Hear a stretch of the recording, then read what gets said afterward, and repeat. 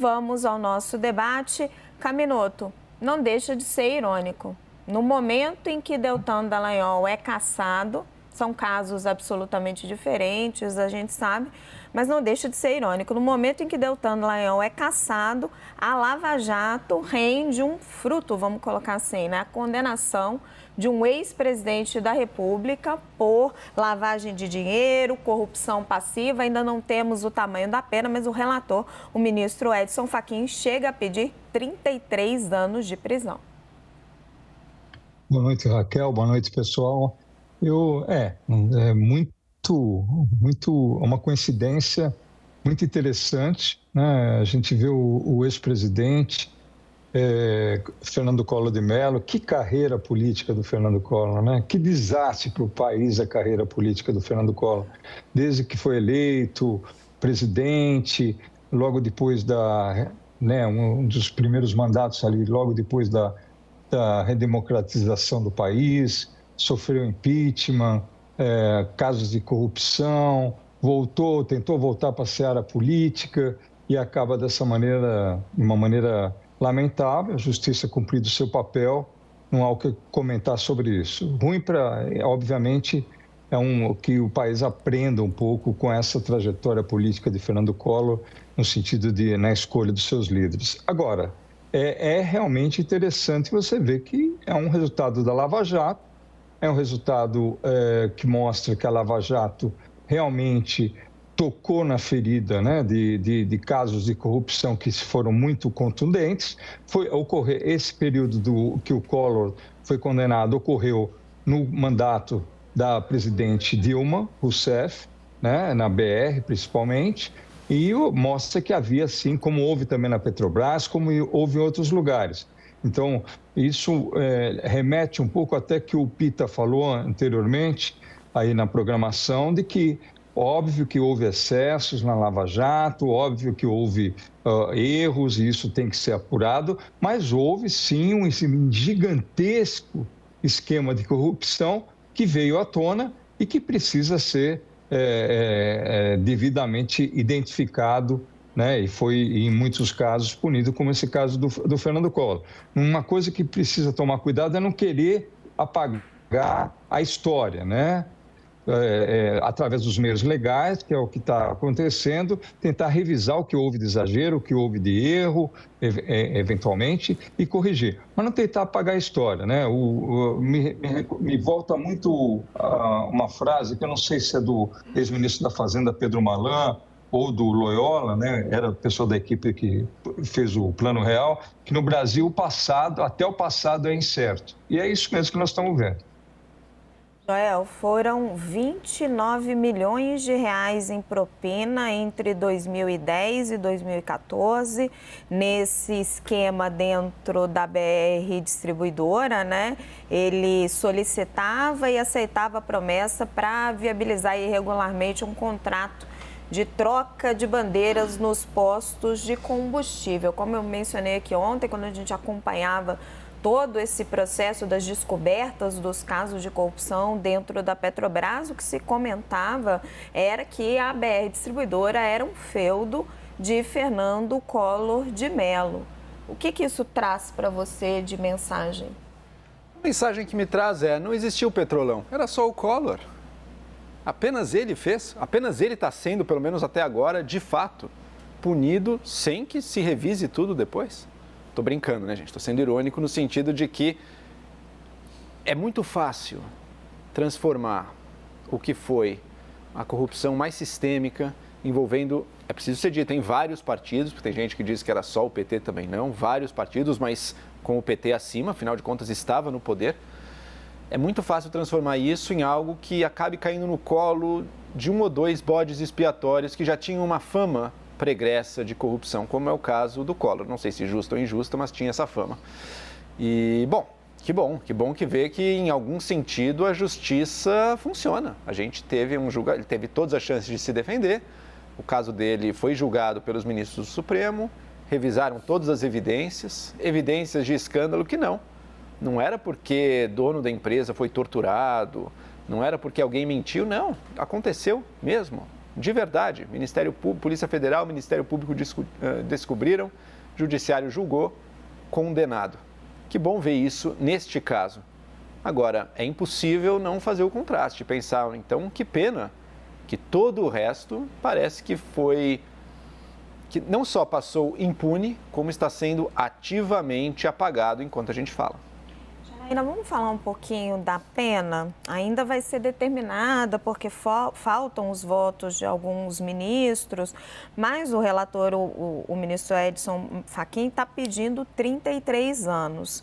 É uma pena alta. Para a base de comparação, aqui eu estava pegando, no mensalão, os políticos pegaram penas em torno de 8, 10 anos. Sim. Acho que só o Marcos Valério ficou com uma pena um pouco maior, anos. Mas enfim, agora já tá todo mundo solto. E outras empresárias ali ficaram na casa dos 14, 15 anos, Marcos Valério 40 anos e os políticos mais famosos 7, 8 anos.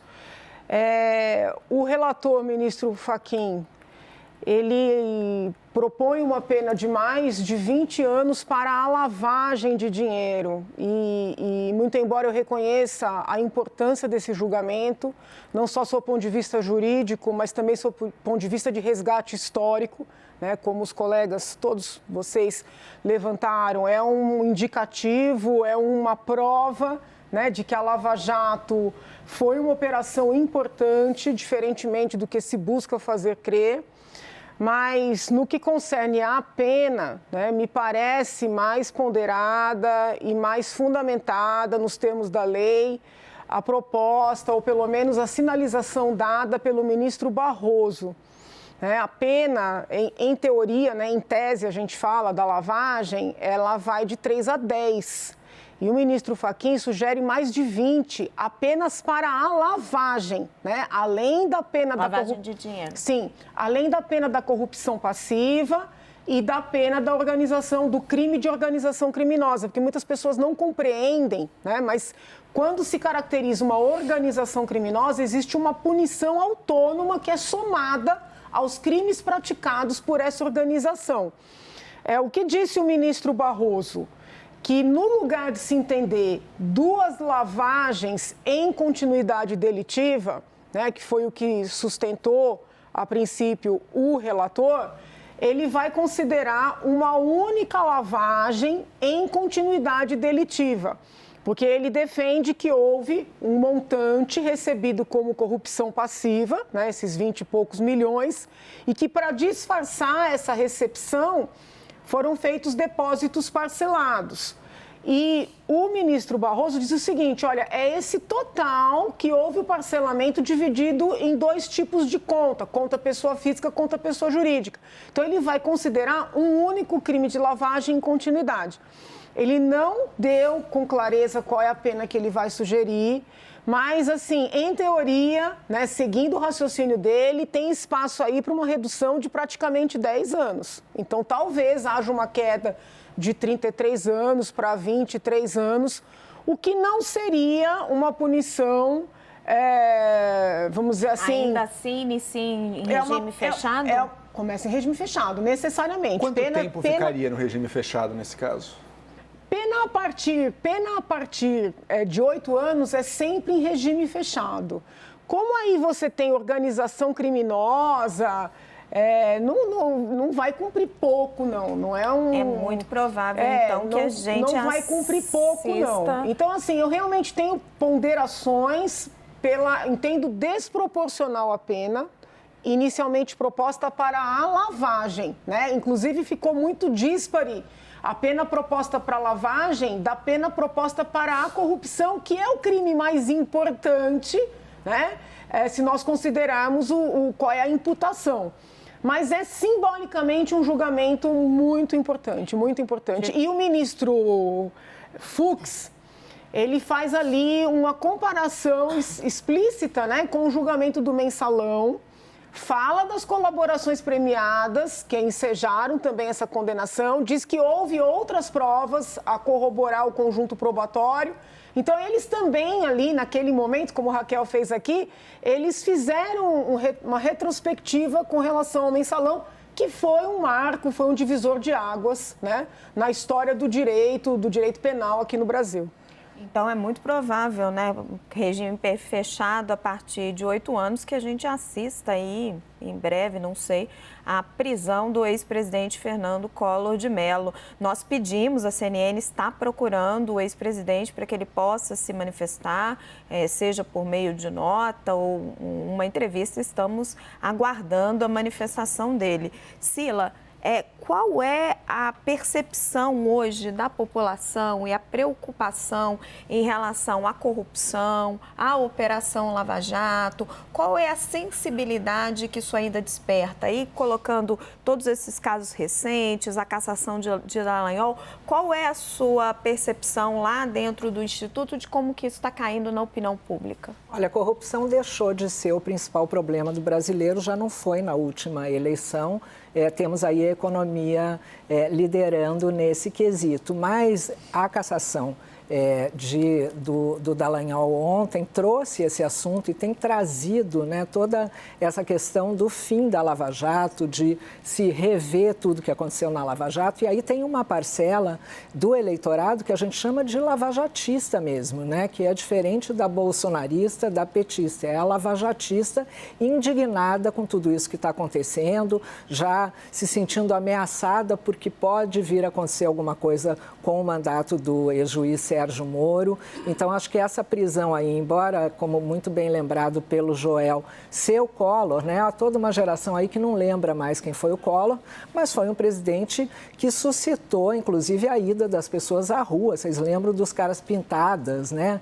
Que foi uma das primeiras manifestações aí, depois da redemocratização, com relação a esse tema da corrupção. Então, de novo, é Collor, o que torna isso talvez menos forte, né, na cabeça das pessoas, mas uma prisão é uma prisão. Então, acho que isso traz de volta esse tema e de uma forma que eu diria que equilibra um pouco essa questão nesse momento.